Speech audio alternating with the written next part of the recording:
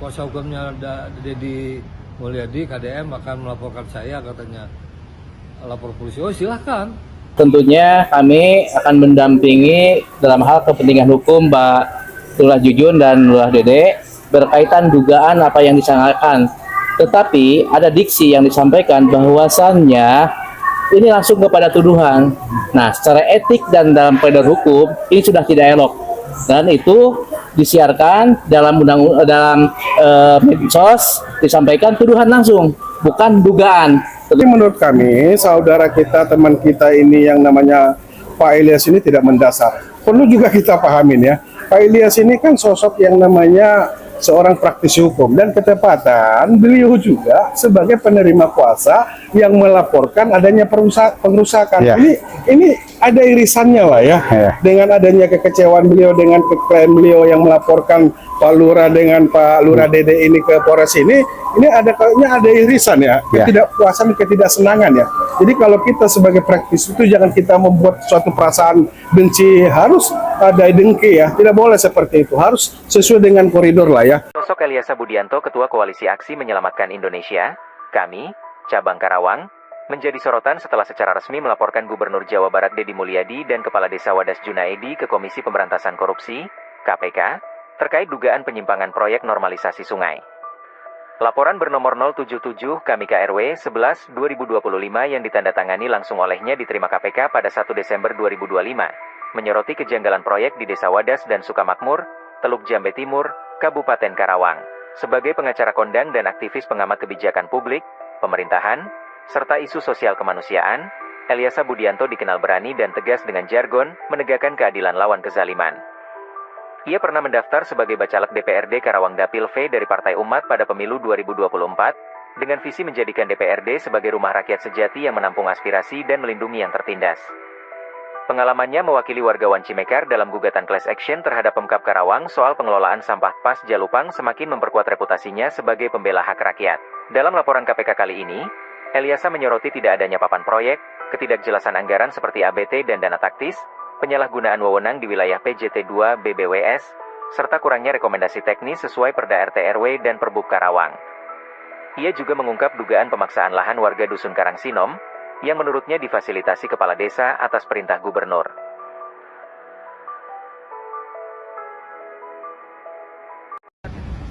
Baik, alhamdulillah kemarin tanggal 1 ya, hari Senin, lewat organisasi kami bernaung di bawah lindungan organisasi Koalisi Aksi Menyelamatkan Indonesia. Nah, nomor surat 077, nanti suratnya saya kirim fotonya. Nah itu kami melaporkan sebuah serangkaian tindak pidana korupsi yang dilakukan oleh Bupati beserta 2 stafnya, Kades Wadas, Kades Sukamakmur, Junaedi dan Dede. Dalam persoalan ini yang dikatakan terjadinya normalisasi irigasi itu kan tidak jelas. Pertama, tidak jelasnya sumber dana. Semua itu serangkaian schedule proyek, siapa pemborongnya, jadwal pekerjaan proyek. Itulah makanya untuk sebuah pekerjaan proyek, loh kita menangkapnya ini Gubernur Jawa Barat, kepala pemerintahan daerah provinsi, berarti mungkin apakah APBD atau APBN. Lalu ada dong proyek itu pelang pengumumannya, ini tidak ada. Jadi semua itu menjadi, kami mengatakan macam ilegal gitu loh proyek itu kan gitu ya. Di samping itu sesungguhnya itu juga pekerjaannya, kalaulah itu tersier, primer, sekunder, irigasi itu, maka itu bawahan urusan PJT 2, BUMN lah ya. Lalu kalau irigasi sungai itu tentunya adalah MPU, pekerjaan umum gitu loh. Apakah tidak ada dinas itu? Apakah cukup langsung gubernur kepada kepala desa? Hilang hierarki itu. Ketika tidak ada ketransparansiannya, ketika ada perencanaan yang matang itu, maka saya melihat sepak terjang kita laporan ke KPK. Jadi siapa aja yang dilaporin ke KPK? Ya kami kemarin 3 laporkan itu. Siapa aja? Ya itu siapa? Ada gubernur dari Deddy Mulyadi, lalu Jujun Junaidi, lalu Dede apa itu namanya, Kades Sukamakmur. Nah, kaitannya itu jauh hari sebelumnya, sekitar 3 minggu yang lalu, 1 bulan lah, begitu santernya ofensif langkah beliau lakukan di lapangan, saya bilang kepada wartawan si Irfan itu dan si Metro, udah kalau kayak gitu debat terbuka saja biar publik tahu. Tidak ada respon, ya kan, dari KDM, dari Galuh Pakuan tuh di Subang. Ya sudah, kami lari ke KPK. Oh, berarti sebelumnya udah melakukan koordinasi dengan gubernur atau gimana? Bukan lewat pengacaranya ya. Saya ketemu di Polres tuh si siapa, Pak Pontas tuh, Bung Pontas Huta Hayan. Lalu Pak Sapru Saripudin siapa? Nah, jadi di sana ngobrol panjang lebar. Dalam konteksnya waktu itu saya sebagai kuasa hukum keluarga Data bin Adon. Nah, nyambungnya ke persoalan tanah warga, tanah pemilik masyarakat warga Data bin Adon dirusaknya. Itu yang kami juga keluarga marah itu karena sebelumnya kan tersier, sungai kecil, langsung dibuka menjadi lebar di tanah dia gitu loh. Dimana normalisasinya itu gitu loh maksudnya. Kalau saya bilang kok seperti tidak normal gitu kan. Infonya bakal dilapor balik itu dari sikap akademisi. Oh iya, saya dengar tim kuasa hukumnya Deddy Mulyadi KDM akan melaporkan saya, katanya lapor polisi. Oh silahkan. Kalau kayak begitu kita melaporkan, belum juga terbukti laporan kita kan gitu lah. Oke. Siap.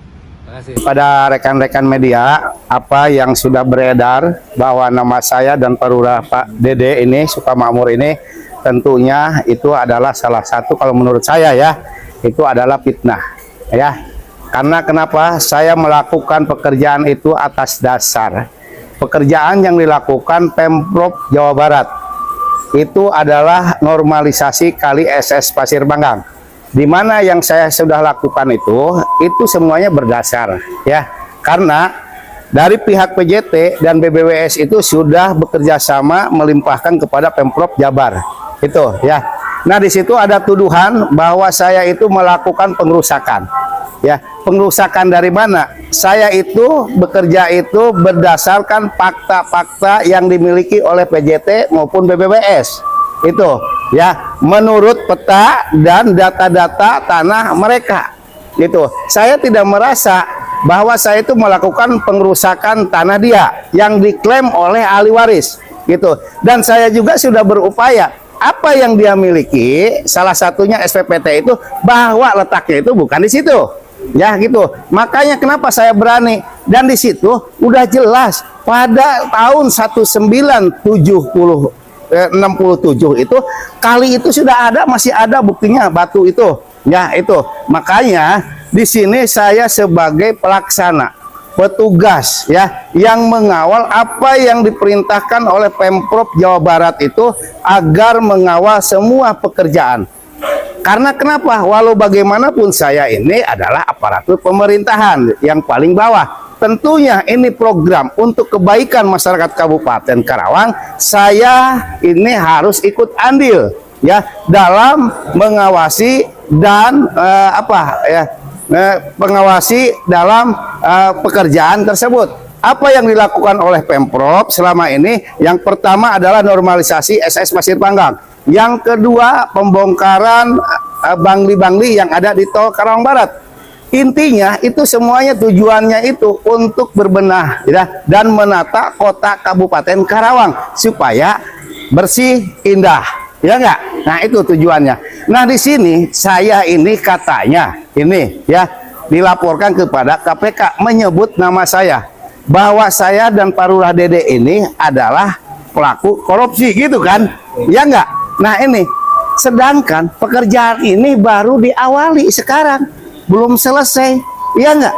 Kalau saya sifatnya itu adalah saya membantu ya program Provinsi Jawa Barat karena adanya di wilayah saya dan Perura Dede. Itu ya, kalau menurut saya apa yang ditujukan kepada saya tentunya sudah merugikan, ya enggak, nama baik saya. Makanya saya di sini akan tegas Karena kalau tidak ada tindakan tegas, ini akan muncul lagi. Ketika pemerintah itu melakukan pembangunan, pasti akan muncul permasalahan ini. Makanya di sini saya akan melaporkan orang tersebut yang menyebut nama saya dan melaporkan saya perbuatan pengerusakan. Saya akan laporkan. Saya tidak merasa ya di pengerusakan, saya tidak merasa. Yang merusak itu malahan ditata tanahnya PJT dan BBWS. Semua ada bukti-buktinya. Terus saya tadi disangka lagi katanya ini korupsi. Pekerjaan aja baru mulai. Ya enggak? Gitu. Kalau saya sebagai pemerintahan yang paling bawah, tentunya saya harus mengikuti dan mengawasi pekerjaan-pekerjaan tersebut. Karena walau bagaimanapun ini untuk kepentingan bersama masyarakat Kabupaten Karawang. Tentunya kita sebagai pemerintah yang paling bawah itu harus menyambut baik. Ya, makanya saya sudah memberikan kuasa hukum kepada tim Japis. Barangkali ada kekurangan-kekurangan, saya serahkan kepada tim Japis Jawa Barat Istimewa. Ya, oke. Untuk kuasa hukum Pak, bagaimana nih tanggapannya Pak? Baik, Assalamualaikum warahmatullahi wabarakatuh. Mungkin kami dari tim Jabis Provinsi dan Karawang di sini ditemani oleh Kang Ujang, Bang Pontas dan Bang Iwan dan saya Syarif. Tentunya kami akan mendampingi dalam hal kepentingan hukum Mbak Lurah Jujun dan Lurah Dede berkaitan dugaan apa yang disangkakan. Tetapi ada diksi yang disampaikan bahwasannya ini langsung kepada tuduhan. Nah, secara etik dan dalam koridor hukum ini sudah tidak elok. Dan itu disiarkan dalam medsos, disampaikan tuduhan langsung, bukan dugaan. Tentunya nanti kami dengan tim akan mengambil langkah hukum sebagaimana yang disampaikan tadi oleh Pak Lurah Jujun, karena ini bagian daripada program pemerintah di tingkat provinsi dan ini baru dimulai, belum selesai. Mungkin silakan ditambahkan Bang Potas atau Bang Iwan. Baik, rekan-rekan media tambahan ya.